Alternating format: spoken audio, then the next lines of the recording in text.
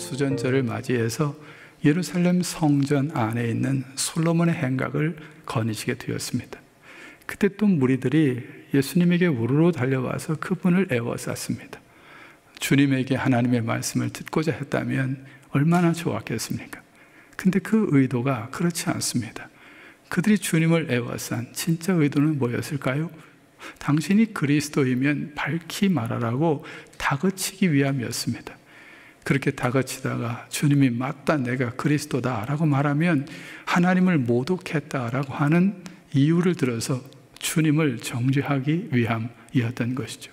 그런 무리들의 의도를 주님이 모르실 리가 있겠습니까? 그럼에도 불구하고 주님은 그렇게 대답을 하시지요. 자신이 누구인지를 다 말씀하셨다는 거죠. 밝히셨다는 것입니다. 말씀뿐만 아니라 그분이 행하시는 일들을 통해서도 그분이 누구인지를 다 드러내셨다는 겁니다. 그분은 말씀 구석구석에 나는 누구다라고 하는 자기 선언을 이미 하셨습니다. 우리가 말씀을 쭉 나눴지만 주님 말씀하셨죠. 나는 생명의 떡이다. 나는 생수다. 나는 세상의 빛이다. 나는 진리다. 나는 선한 목자다. 예수님은 이렇게 구약의 선지자들이 메시아를 표현할 때 썼던 그 표현을 통해서 내가 누구인지 자기를 선언하셨습니다. 주님은 그렇게 선언하심으로 메시아이심을 친히 말씀으로 밝히셨던 것입니다. 말씀뿐만이 아니셨습니다.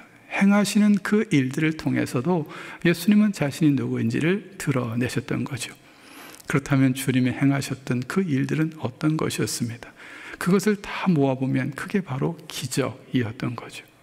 우리 인생이 도저히 할 수 없고 상상도 할 수 없었던 그런 기적들을 행하심으로 예수님은 자기 자신을 드러내셨습니다. 문제는 주님이 말씀하시지 않고 드러내시지 않고 행하시지 않아서가 아니라 그들이 그 주님을 믿지 아니했던 것이죠.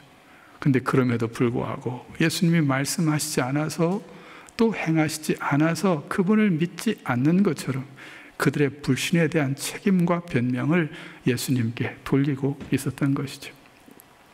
근데 여기서 우리가 물어야 될 건 그겁니다. 그렇다면 왜 그들은 예수님을 그럼에도 불구하고 믿지 아니했을까라고 하는 것이죠. 그들이 주님의 양이 아니기 때문이라는 것입니다. 다른 말로 표현하면 주님에게 속하지 아니했기 때문에, 주님이 택한 백성이 아니기 때문에 그들은 예수님을 믿지 아니했다는 겁니다. 예수님은 이제 이렇게 자신의 양에게, 예수님이 믿어지는 그 사람들에게 그들의 삶을 어떻게 살아내야 될지 한 말씀 더 하십니다. 그 한 가지는 내 음성을 듣는다라고 했습니다. 내 음성을 듣는다는 게 무엇을 말하는 것일까요?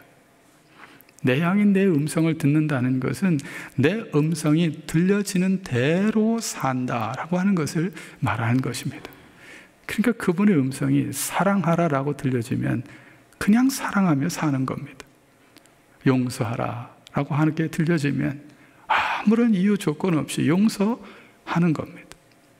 그런가 하면 예수님은 한 가지를 더 이어서 말씀하시죠. 내 양은 내 음성을 듣고 나는 그를 알고 그는 나를 따른다라고 했습니다. 그분을 따른다는 것은 뭘 얘기하는 것일까요? 이것은 어떻게입니다. 그러니까 그분이 우리에게 보여주신 대로, 그분이 살아내신 대로 우리도 그렇게 동일하게 살아간다는 것입니다.